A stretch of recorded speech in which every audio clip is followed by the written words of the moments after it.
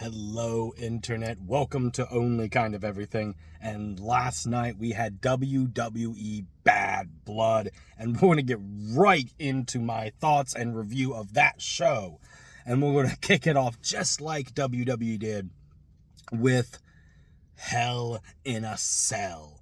Now, I'm going to be honest with you guys. I still think that despite everything that happened at the end of the show, which we will get to, I still feel like Hell in a Cell, Drew McIntyre, and CM Punk should have main evented this show. If for no other reason than it was probably the Hell in a Cell that a lot of fans have been clamoring for a long, long time. It was brutal. It was hard-hitting. There wasn't a collar elbow tie-up in this bad boy, let me tell you what. We did get both men bleeding. Drew McIntyre really donning the proverbial crimson mask in this match. Man, it was... When you think of Hell in a Cell, you really think of this structure that should be to end the feud.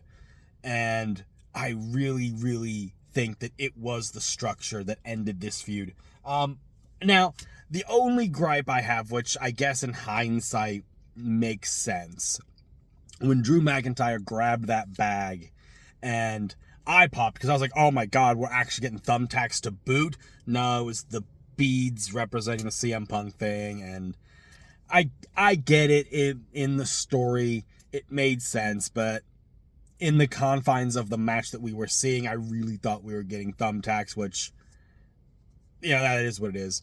But CM Punk winning, probably the best choice here. Drew can kind of finally go off on his own and start chasing the world title, and I'm going to get to why I think that that's fine in just a couple minutes here. The next match that had the unfortunate honor, I guess, if you will, of following probably the best Hell in a Cell in several years, Bayley and Nia Jax. And man, it wasn't that it was a bad match. It was a good match, guys. But it also was exactly 100% exactly what you would expect. The match just kind of went as you would. Bayley didn't get the win, unfortunately. They really teased the Tiffany Stratton cash in here. So much so that like Nia walked away without Stratton because maybe she was going to cash in on Nia. Maybe she was just trying to take her briefcase back from the ref from, it's sliding in the ring. But it really looks like Tiffany Stratton's probably going to be going face sooner or later. So yeah, but I mean that match was there. It served its purpose. The next match we had was the Damian Priest versus Finn Balor match, and I had been saying kind of, I don't want to say for a while, but definitely I have said a couple times. I don't think I've said it on here, that this match really needed to be a show out for Damian Priest. I wouldn't have minded Finn Balor winning, but Priest really, really needed a standout performance here. Mostly because when he got that world title, it was kind of an okay run. It wasn't the best run. It definitely wasn't a bad run by any stretch of the imagination. I would argue even that it outperformed what a lot of people thought Damian Priest's world title run was going to be. So with that being said, I really think Damian Priest needed a good showing here, and I think he got it. I would also definitely say that I felt that this match was better than the previous encounters that Damian Priest and Finn Balor have had. For better or worse, they're different characters, they're different performers at this stage.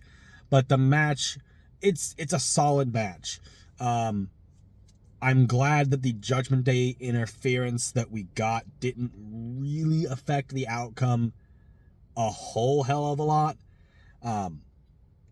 Damian Priest still picking up the win. I appreciate we didn't get a whole lot of flying nothings tonight, or I should say last night, I guess. The closest to the flying nothing you could say we saw was in this match where Balor went to go for his stomp and Priest caught him for the South of Heaven. But yeah, I mean, it was a good match. You know, I'd say probably a solid. Yeah, it was a good match. Good match. I'm not gonna rate this one because I didn't rate the other ones. Then we had an interesting Triple H segment where he came out, announced that for Crown Jewel in November, we are going to do champion versus champion, no titles on the line, but we are awarding a Crown Jewel type title. It's kind of reminiscent of the old WWF title that Vince's dad ran, I think, if I'm placing the specific title correctly. I might be off on that. Somebody will likely correct me if I'm really wrong and they're watching this far in. But I digress. The real story to me that came out of this wasn't just that announcement. It was Gunther coming out and basically setting up something with Goldberg. Goldberg was in the crowd. He was shown earlier. And Gunther was like, I know a couple weeks ago I told Bret Hart that you were my favorite wrestler, and that was a lie. And I popped for that. He proceeds to basically say, how can the greatest wrestler in the world today look up to a one-trick pony? He then, noticing that Goldberg's son Gage is there, said, Gage, I really hope for your sake that Bill Goldberg is a better father than he was a wrestler. Goldberg hopped in, security came along. They didn't get physical. Sami Zayn came out, they tussled a bit. Those two went off to the back. Goldberg, Triple H in the ring. Triple H raises his hand, Goldberg's hand. They do the, Goldberg looks at the camera. You're next, boy. And I highly doubt that was meant for Sami Zayn. I almost wonder, and this is why I said I'm okay with Drew taking the loss here. I almost wonder if Goldberg is going to cost Gunther the world title match on Raw. Sami Zayn wins that belt. At Crown Jewel, we get Bill Goldberg versus Gunther, and we get Sami Zayn as the world heavyweight champion. And Sami doesn't need a long reign with this title. So I could see a very angry heel Drew McIntyre getting the win off of Sami Zayn and getting his world title run. Maybe to Royal Rumble, maybe even through WrestleMania. But that's also because I really think that we're going to get Sami Zayn and Jey Uso. And I've said this on multiple videos. Sami Zayn and Jey Uso, I think, are destined for War Games with Roman Reigns. But that takes us into our next match, the Shark Cage of Dominic Mysterio with Liv Morgan versus Rhea Ripley. Man, it was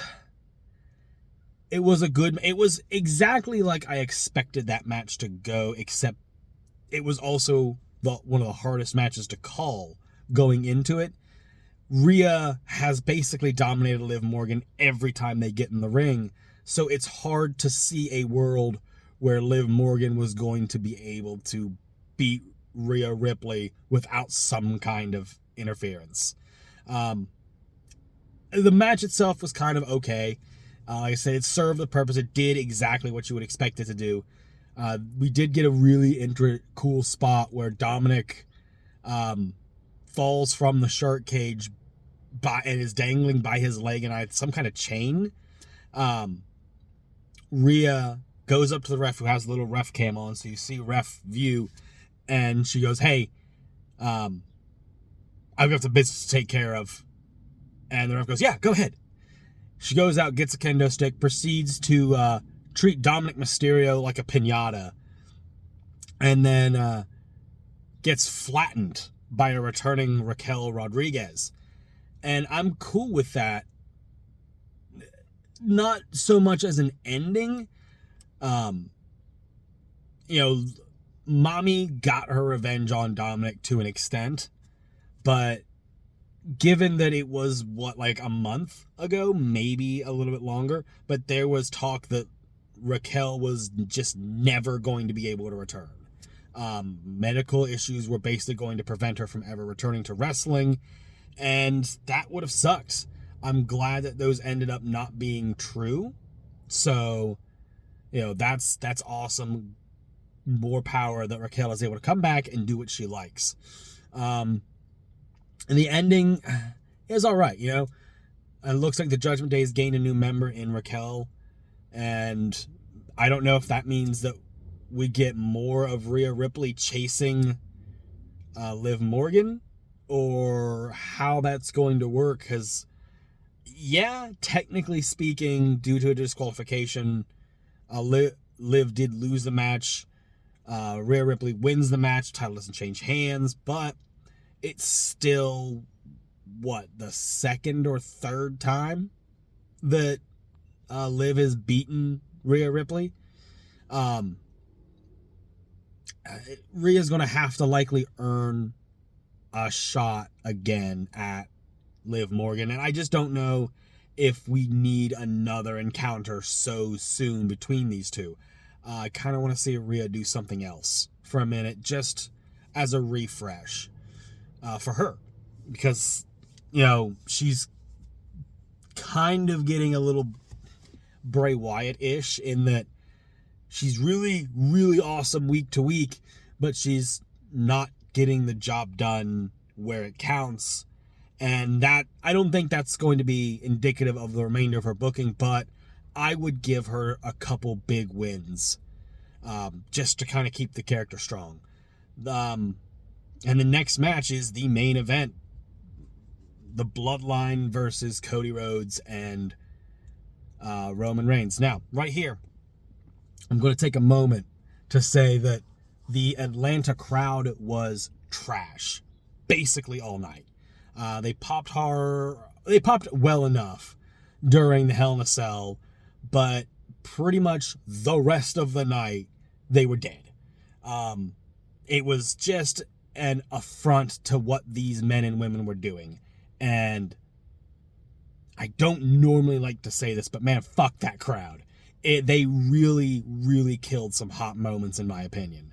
And then I am also going to talk about real quick Cody Rhodes' special entrance with that band. Great that these, those people, I don't know if they're, men, women, kids, or whatever, that marching band playing Cody's theme, but it was not great. The one trumpeter just seemed super off, and it was just not a pleasant viewing experience. I haven't rated anything else, but I'm going to rate that and say that was like an absolute 2 out of 10.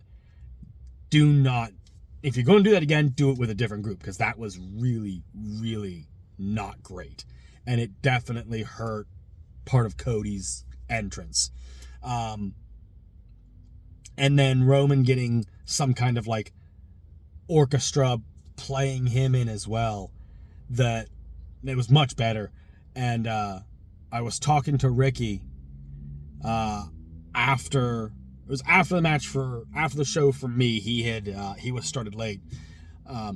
He was like, does anybody have the aura that Roman Reigns does? And I was like, man, the thing about saying, does anyone have the aura of Roman Reigns?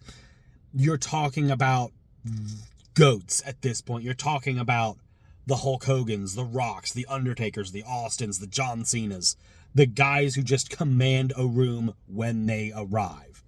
That's where Roman is. And there's nothing about it. The match itself, it was what you would expect from a Bloodline match. The first 10 minutes or so were just kind of there. It was Roman took an early beating, tagged in Cody, who took the majority of the beating. He did eventually get the hot tag to Roman, who ran wild. And then the match in of itself ended, actually, I would say in a really cool way. I'm going to call back to Hell in a Cell for a moment. If you paid attention during a couple spots where Drew gets under the ring, you can see a TV under there that I don't think would normally be under there. So somebody was under the ring watching the show. That somebody revealed themselves at the main event as the Tongans were out there, the Gorillas of Destiny, causing a distraction. They're standing closer to the ring. It's like the best way to explain this shot. The camera is on the opposite side of the ring. You have the ring, you have the Tongans, and then you have someone coming up in a hood, in a bandana. It's Jimmy Uso. He super kicks the Gorillas of Destiny. Solo's like, oh God, what are you doing? He eats the pinfall from Roman. Jimmy and Roman kind of have this moment where they're in the ring, and Roman's like, you're really here, you're really backing me. And they hug, and they start to leave. Jimmy Uso has a new Bloodline shirt that's they not the ones. So definitely getting a Bloodline Civil War, which is why I think Jay and Sammy are going to end up teaming up with Roman, probably for War Games. But as they're about halfway up the ramp, a 4-on-1 beatdown ensues on Cody. Excuse me, guys. The Bloodline, Solo's Bloodline, beating the tar out of Cody. Roman's like, nah, not my big deal. I told him I had his back for the match. The match is over, one and done. Jimmy's like, nah, man, you the tribal chief. You won't let them do that? Roman and Jimmy make the save. Roman hands the belt to Cody, and then the big return, if you will, The Rock, the final boss, appears. He walks out. 1, 2, 3. By the way, I hate how he does this. 1, 2, 3. That just makes the most sense to me. Anyway, and then he does the 3, boom, and then walks out. That was the end of the show.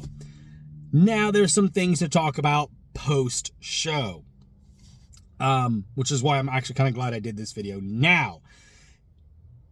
WWE, there's no official WWE footage, but, and I like the bank on this, there was a lot of fan footage of Kevin Owens and Cody Rhodes talking outside of Cody's bus. They get a little altercation, there's some shoving, and then Kevin Owens beats the hell out of Cody Rhodes. So we got the Kevin Owens heel turn off camera. That's for as big of a deal as this is, given that it's tied into a lot of the main event of what's going on SmackDown. It's so interesting that WWE is trying this concept where it's not something that they filmed, that it was all fan footage of this. So I'm assuming it's definitely going to be something that we see the fan footage of at the start of SmackDown. And, you know, we've got heel Kevin Owens now. And I think the best thing about this Triple H era is that this heel turn is going to be informed. His next few opponents are going to be informed by this heel turn. Cody Rhodes is going to be, you know, dealing with Kevin Owens. I really think in my heart of hearts that at WrestleMania we're getting Kevin Owens and Sami Zayn, and it will be based off of the fact that Sami Zayn teamed up with Roman Reigns at War Games. That will be the catalyst for those two fighting at WrestleMania, because Kevin Owens is like, no, Roman Reigns, he's super anti-Roman. He's not going to be okay with his friends teaming up with Roman Reigns.